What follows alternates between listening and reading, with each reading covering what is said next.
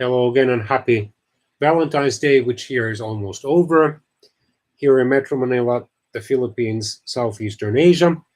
I'm now going to film a series of videos about the major historical walls and then one contemporary wall. And the contemporary context, of course, is that in the United States, the current President Donald Trump has already once caused a partial shutdown of the US government and might be about to cause another one because he wants the Congress to authorize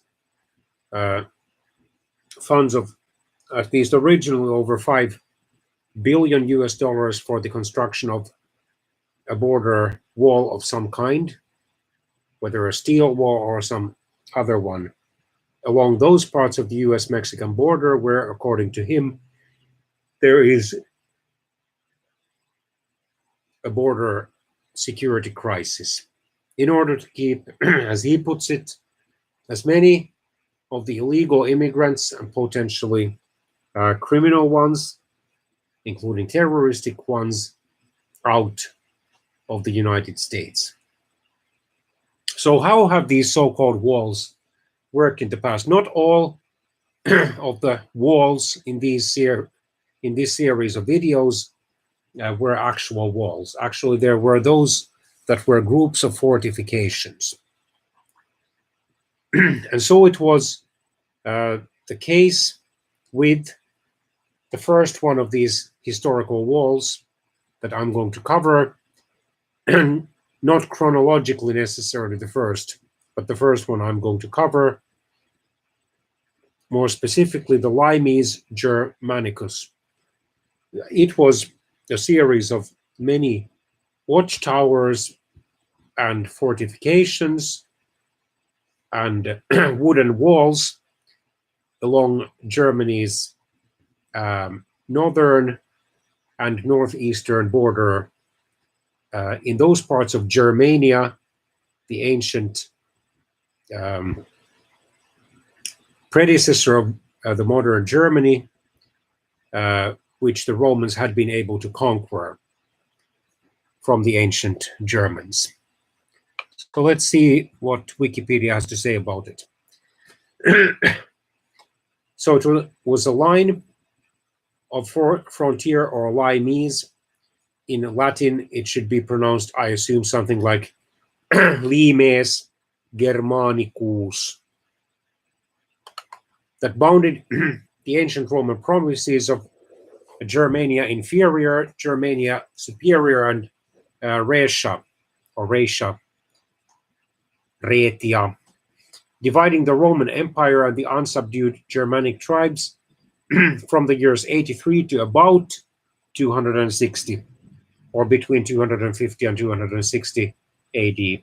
And its collapse was actually one of the signs that foreshadowed the accelerating decline of the Roman Empire, which led to its fall. Because with this line of fortifications abandoned and conquered by the various Germanic tribes, there was rather little that the Romans could do in order to prevent large-scale invasions by those tribes, although it would be another 115 to 125 years or something like that until the 370s AD that the Romans first peacefully let a Germanic tribe, one or more Germanic tribes to, or people from one or more Germanic tribes to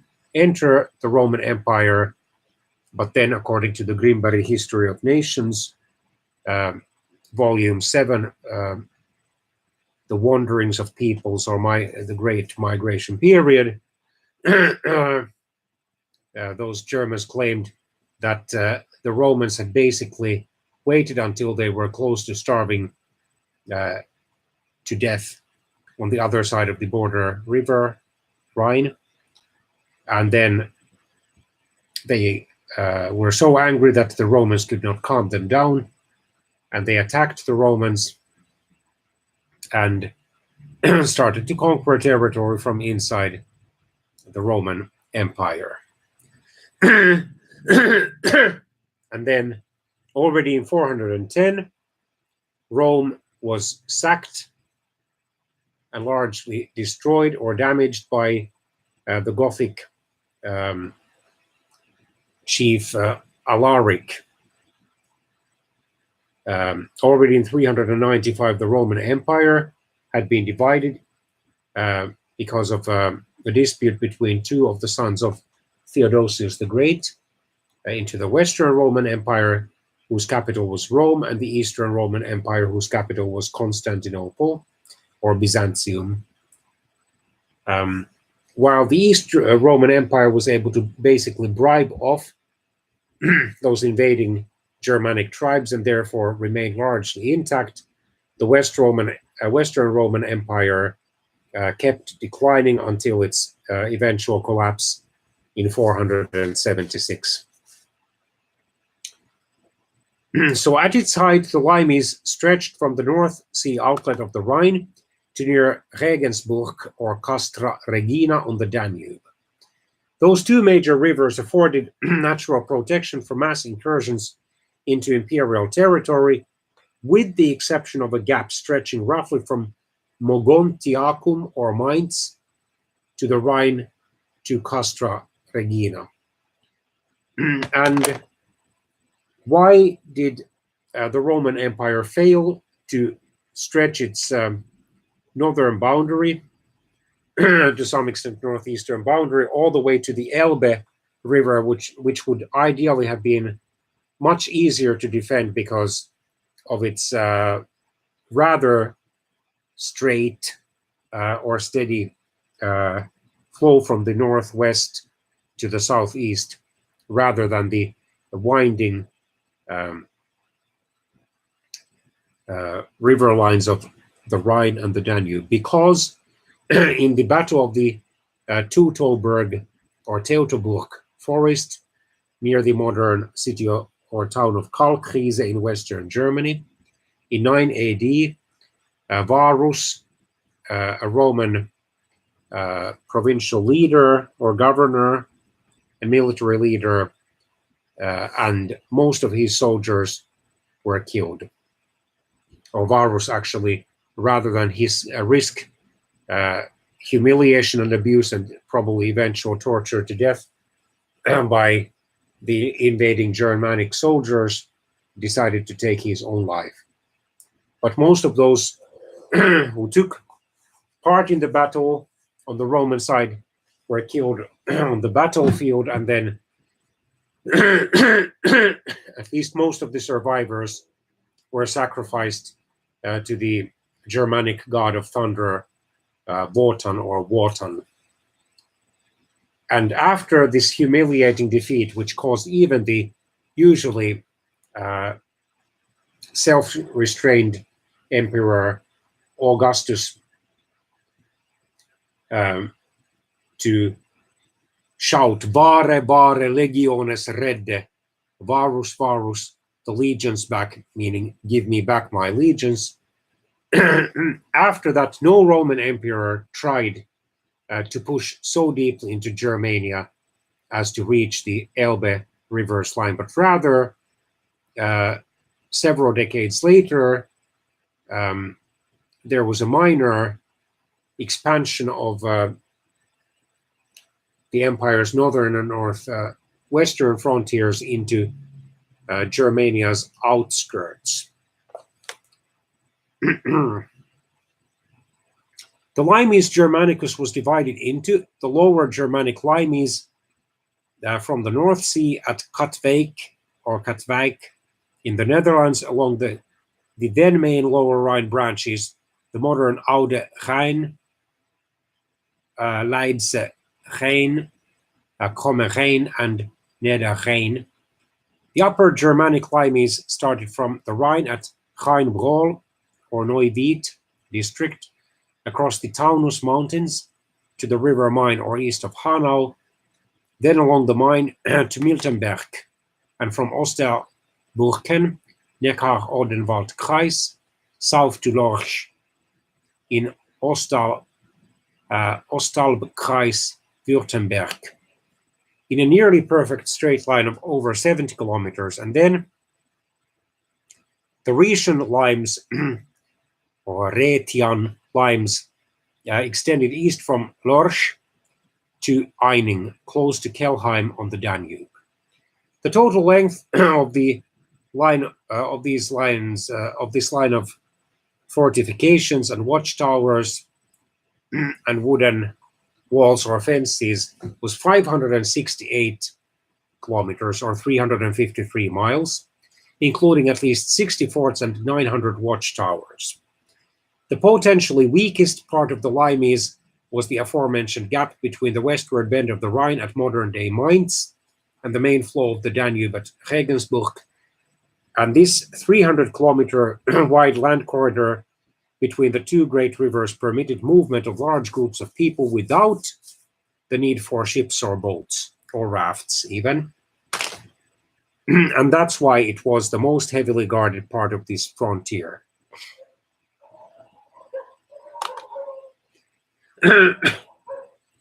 Arranged in depth and in multiple layers along waterways, fords, roads, and hilltops. There were forts and towers built. And some isolated parts, or maybe scattered parts of the Limes have been restored, including one Roman fort in Saalburg. In 2005, the remnants of the upper Germanic and Rhaetian Limes were inscribed on the list of UNESCO, or United Nations Economic and Social Council, World Heritage Sites as frontiers of the Roman Empire, with Lower Limes being placed on the tentative list in 2011, aiming to extend the World Heritage Site to the whole Limes. The Saalburg is a reconstructed fortification and museum of the Limes near Frankfurt. So let's look more closely at the Saalburg according to the English language Wikipedia. It is a cohort fort, part of the Limes Germanicus, the Roman linear border fortification of the German provinces. It is located just off the main road, roughly halfway between Bad Homburg and Werheim, and it is the most completely reconstructed Roman fort in Germany.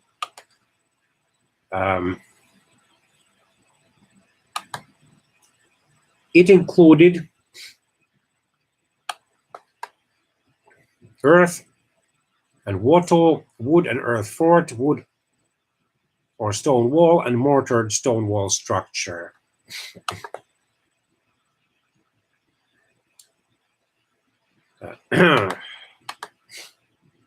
There was a statue of Antoninus Pius by Johannes Goetz,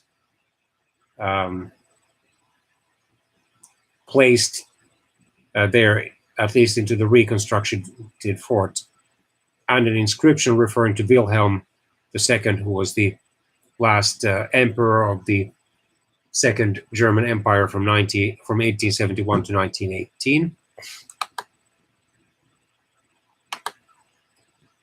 Shortly after the two enclosures, around AD 90, a simple wooden earth fort was built to house a numerus. A numerus was a unit of auxiliary or helper troops consisting of 2 centuriae and numbering about 160 men. Possibly the troop stationed at this fort was a numerus Brittonum, or a unit from Britain, but this is not entirely clear. Later, or late in the reign of Hadrian, around AD 135, the numerus fort was replaced with a much larger 3.2 hectare fort for a cohort, a unit of about 500 men. The new castle was reoriented to face the growing Roman city of Nida, now Hedernheim. The cohort fort was occupied by the cohors The second, Retorum Civium Romanorum Equitata, or second partially mounted Rhaetian cohort with Roman citizenship, a partially equestrian 500-men infantry unit, probably under the command of the legionary headquarters at Mogontiacum, or modern Mainz.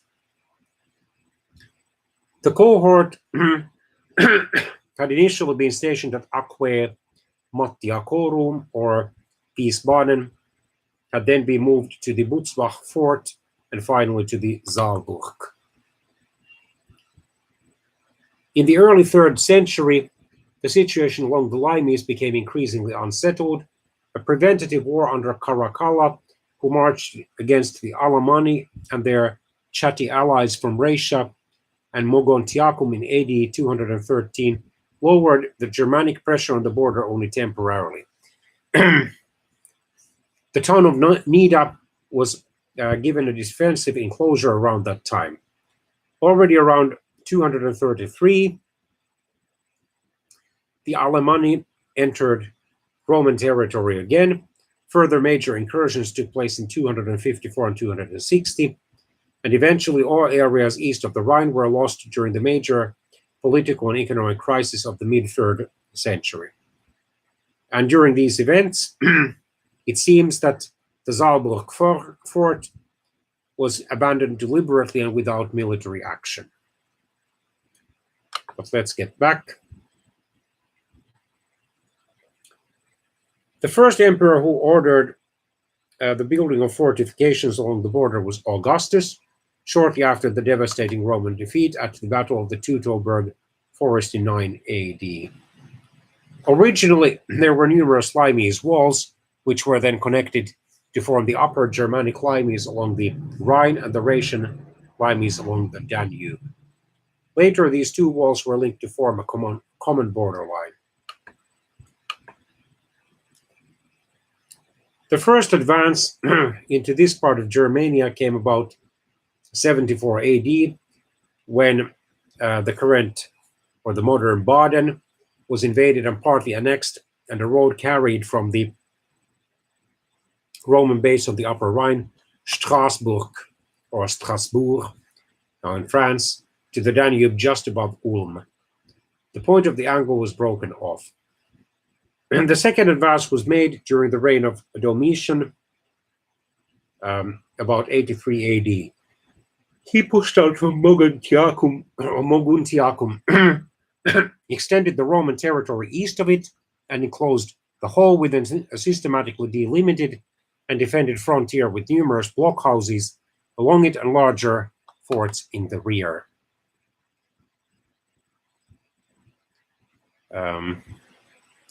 This advance necessitated a third movement, the construction of a frontier connecting the annexations of AD 74 and AD 83. We know the line of this frontier, which ran from the Main across the upland Odenwald to the upper waters of the Neckar, and was defended by a chain of forts.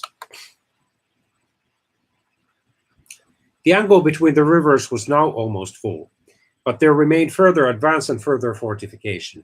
Either Hadrian, or more probably his successor Antoninus Pius, pushed out from the Odenwald and the Danube and marked out a new frontier roughly parallel to, but in advance of these two lines, though sometimes as on the Taunus, coinciding with the older line.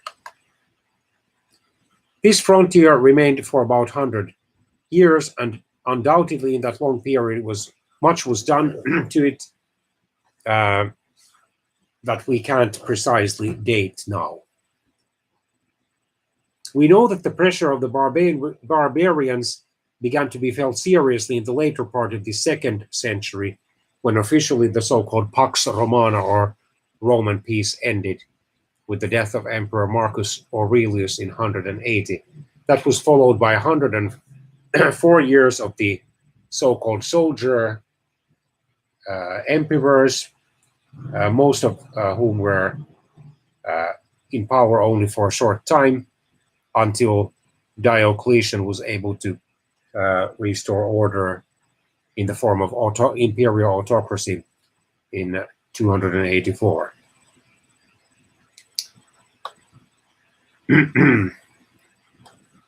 After long struggles, the whole or almost the whole district east of the Rhine and north of the Danube was lost seemingly all within one short period around 250. The limes itself was a relatively simple construction, similar to the fortification that a traveling troop of Roman soldiers would construct every evening to protect their camp from attacks. On the outside, the soldiers dug a ditch.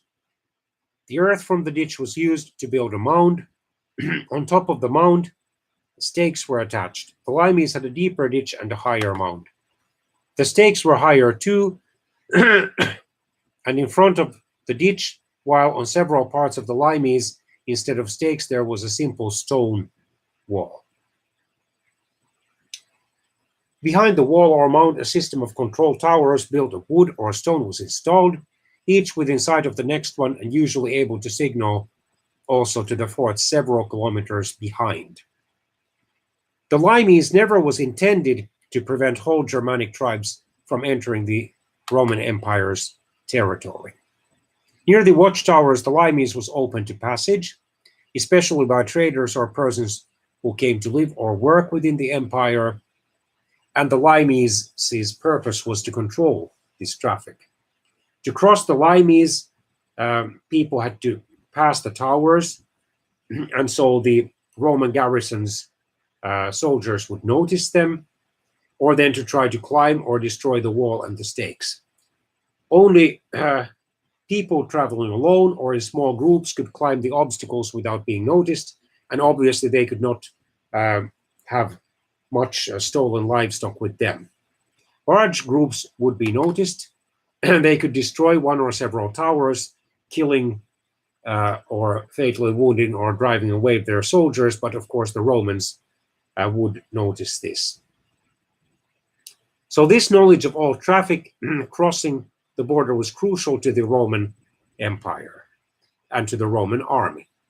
For a territory as large as the Roman Empire, there were amazingly few soldiers. Almost all of the legions were based close to the frontiers. Any hostile band that managed to pass this outer area of defense could travel within the empire without much resistance.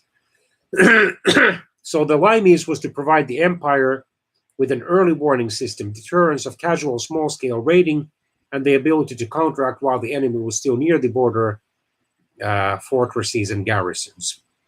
Other researchers believe the limes may have been a bulwark to prevent illegal immigration, comparing it to the fence system along the US-Mexican border.